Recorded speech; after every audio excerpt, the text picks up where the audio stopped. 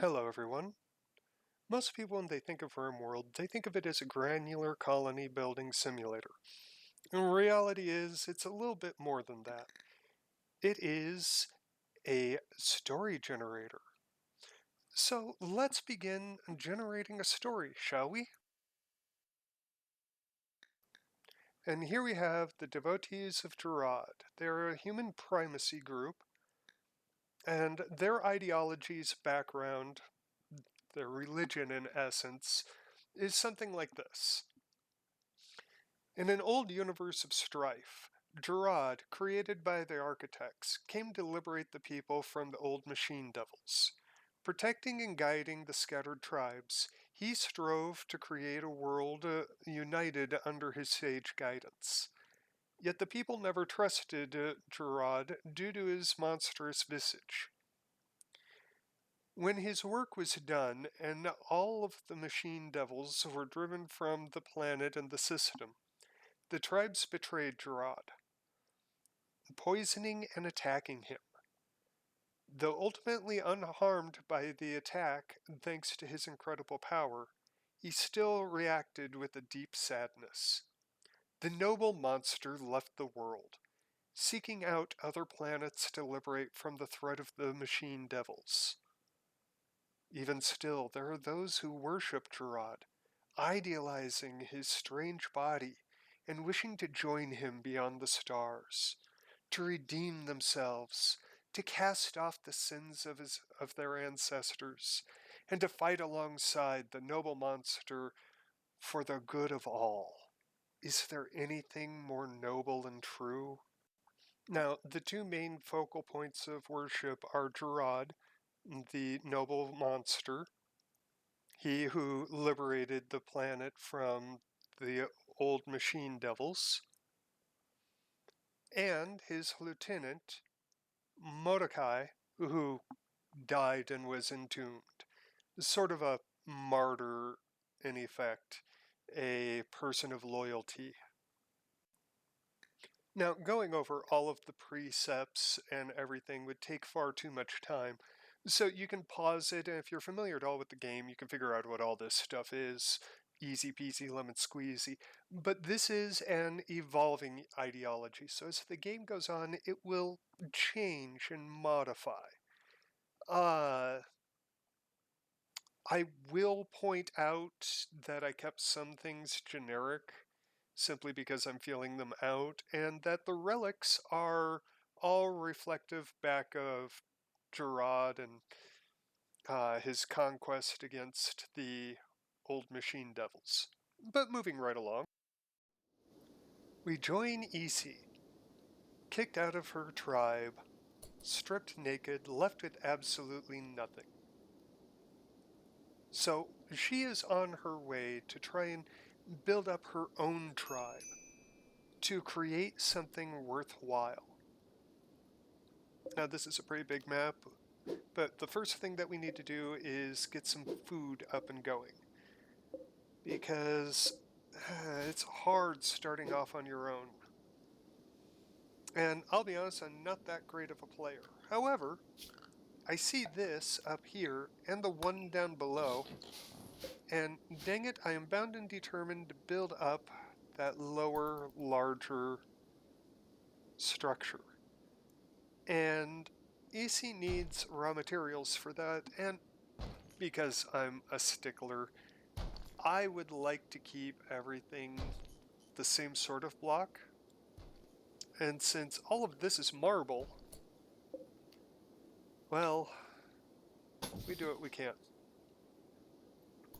As the first day draws to a close, we still have yet to finish our main home. Unfortunately, it's probably going to take us a while, so we get a little bit more food while we can. Try and finish up what we can before we fall asleep for the night. Put down a place to sleep. And unfortunately, Isi knows that she's going to be sleeping under the stars. Poor Isi. But she is a tough tribal. She has survived worse, and this too shall pass. On the second day of this episode, Easy goes out into the world to get more marble. This won't be too much of an ongoing issue for us, unlike, say, getting food for a while still. However, this will be ultimately one of the most important things, as having a roofed shelter will go a long way to keeping her healthy and happy. Now, one of the things that you saw there was that she leveled up. I believe that's in construction, which is good because she's been failing quite a bit of construction. She wasn't exactly the best at anything. She's good at a lot of things, but she has a long way to go, as you can see. However, she is almost done after a quick bite to eat.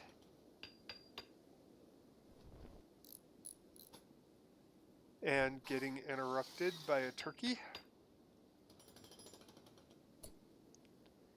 Which means now she needs some wood for a door. But after taking out the monument in an unknown language within her structure and getting some more food, unfortunately, it's already nighttime and time for bed. But setting up a stockpile zone will come in handy eventually. Come morning, she is able to get enough wood to make a door and to go ahead and put a roof over her entire shelter. Sleeping indoors is always better than outdoors. After that, she goes ahead and collects up some more wood, some more berries, and even some heel root. While harvesting said heel root, she goes ahead and decides to plant some rice soon as she finishes. Of course, she completely blunders the operation and accidentally destroys what little heel root she was trying to harvest, but again, she's not the greatest at anything in particular. Fortunately, there's plenty of wild growing heel root for her to go ahead and try again. This will be important as she gets injured. As the sun begins to set on the third day, a visitor shows up. Unfortunately, she's a little busy, so it isn't until nightfall that she finally gets a chance to look at what all is for sale, but she has no silver and nothing to sell. There's some good stuff, but for now, all she can really do is go to bed. The fourth day of this episode continues much like the previous, with her desperately trying to get more berries. See, the thing is that berry bushes only get 10 berries per bush. And it takes 18 berries in order to get, in essence, a full meal. Now, until the rice harvest comes, there really isn't much of an opportunity for her to get a full meal out of plants. She needs to hunt. But in order to do that, she needs to make a bow.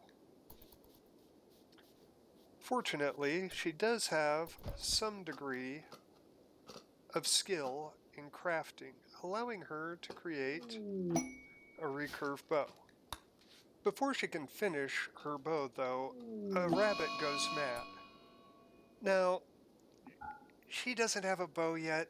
Going outside and facing a rabbit that wants to kill her is a bad idea, even though it's just a rabbit. At least until she gets something of a weapon. Which, now that she's finished, well, it may be worthwhile to go ahead and get some meat.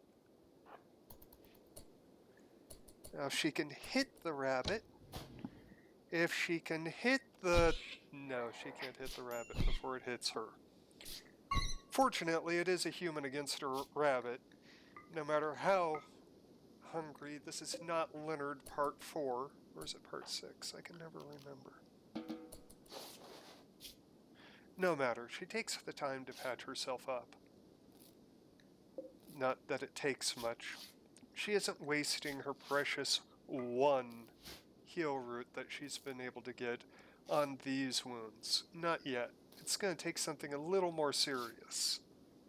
Patched up, she can go ahead and bring the rabbit carcass inside and get some more wood. She's going to need that here fairly soon. After that, though, it's time to rest. The 5th day doesn't start off with food, but instead starts off with fixing up the shelter. The original structure was badly damaged when she first moved in, so now she's going ahead and fixing everything up. This has the added benefit of increasing her construction skill. The higher her construction skill, the better quality of stuff she can build. So this is a sort of training for her. Should everything go good, that'll be great for everyone involved. Unfortunately, eating raw berries does carry with it the risk of accidentally getting food poisoning. A lot of things can give you food poisoning here in this game.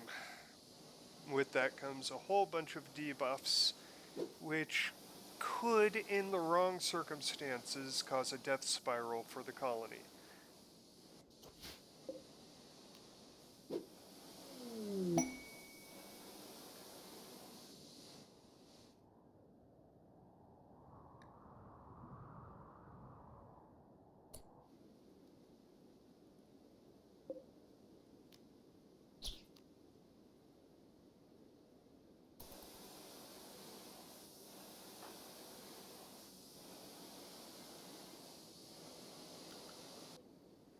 We will go ahead and slaughter the alpaca.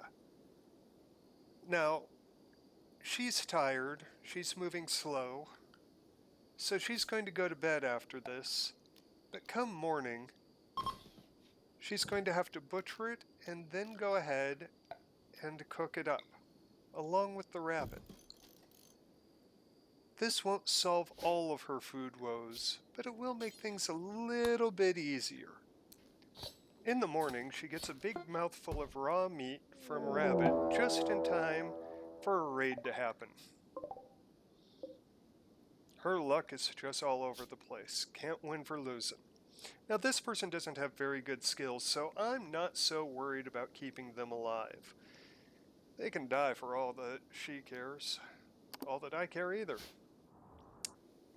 Now, the issue is that if you look at these first 2 shots, this is exactly how the next 7 minutes of this fight essentially goes. She will run away, get just enough of a lead in order to take a singular pot shot, and then fire. And then repeat. And then repeat. She misses well over 80% of all of her shots. And it's 7.5 minutes total of her running around the shelter. I never claimed to be good at this game, but I do enjoy it, even when it gets frustrating like with this. So we cut now to where the baddie is been injured a few times. Another lucky hit there. They're not doing well, and if need be, Izzy will continue to run away for 7 more hours until they bleed out to death. But leg wounds slow the opponent down. This means that Izzy has a better chance to get more shots off trying to hit her opponent. And finally, she downs them. She quickly strips them out of their clothes, because clothes worn by a corpse are tainted, and nobody wants to wear that. And she takes a moment to enjoy the ration that the person had on them. Now, Izzy is not going to make any effort to save this bandit. So instead, let's let her get some well-deserved rest and pick up on day 6, where we join Issa in going ahead and cooking up some meals finally.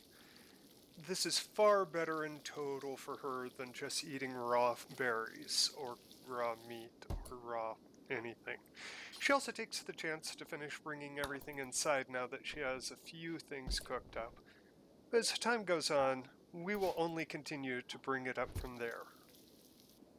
We also go ahead and get some more heal root because right now our heal root is only 1. That's not even going to fully cut us out from a full fight. So, having a few extra, doing a little bit of maintenance, and then lastly, we can't just leave a corpse next to the building. No, no, no. Let's go ahead and get her buried. And that should pretty much cover us for all of day 6. Meals go quickly on the room, though, so early day 7, we are up and at 'em and hunting again. Quite frankly, meat currently gives us more food for our buck than going out and getting berries. So carnivore meals it is, for now at least. Most of the rest of the day is spent with just basic maintenance, but we do get our first harvest of rice. Now, we aren't going to eat this immediately for some time. Rice keeps for a long time, far longer than meat. So it's better to go ahead and keep that in reserve than to go ahead and waste it on an immediate meal.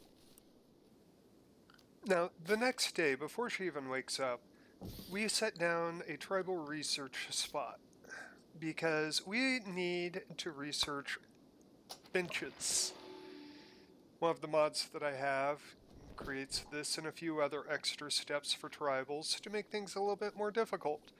And here I bet you thought I only installed mods that only made things easier. Huh. But regardless, other than that and some cleaning and finishing off the planting, that's pretty much all that we're going to have for the rest of the day. So I am going to actually go ahead and call it here. We will close with Izzy doing a little bit more research. I would like to thank you all for watching, and I look forward to seeing you all again next time when I continue this story.